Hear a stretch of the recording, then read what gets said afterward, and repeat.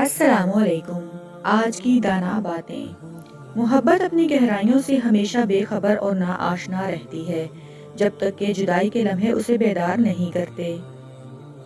عورت کی محبت کا کوئی ثانی نہیں، مرد کی خوشی کے لیے اپنی خواہشات اور عادات بھی مرد کی پسند کے مطابق کر لیتی ہے۔ بدقسمت ہے وہ مرد جس کے حصے میں کسی اور کے خیالات کی اسیر عورت آئے۔ کسی سے محبت کی بھیک مانگنے سے اچھا ہے آپ خود کو کسی سانپ سے ڈسوا لیں، ایک چیخ مارتے اور مر جاتے، روز روز مرنے سے تو بہتر ہی ہے۔ کچھ لوگ ہماری سرسری نگاہ تک کے اہل نہیں ہوتے اور ہم انہیں محبت سونپ دیتے ہیں۔ اگر کسی انسان کو تمہاری وجہ سے تکلیف ہوتی ہے تو تمہارے سارے سجدے بیکار ہیں۔ دل کسی شخص پر آنے سے پہلے یہ نہیں دیکھتا کہ وہ شخص نصیب میں ہے یا پھر نہیں۔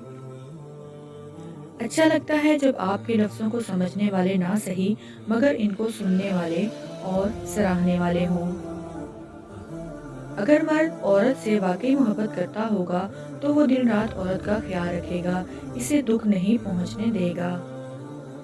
خدا کرے تمہارا نکاح تمہاری محبت سے ہو، جس کے لیے تم روتے ہو، جس کے لیے تم دعائیں مانگتے ہو، اللہ اسے تمہارے نکاح میں لے آئے، آمین۔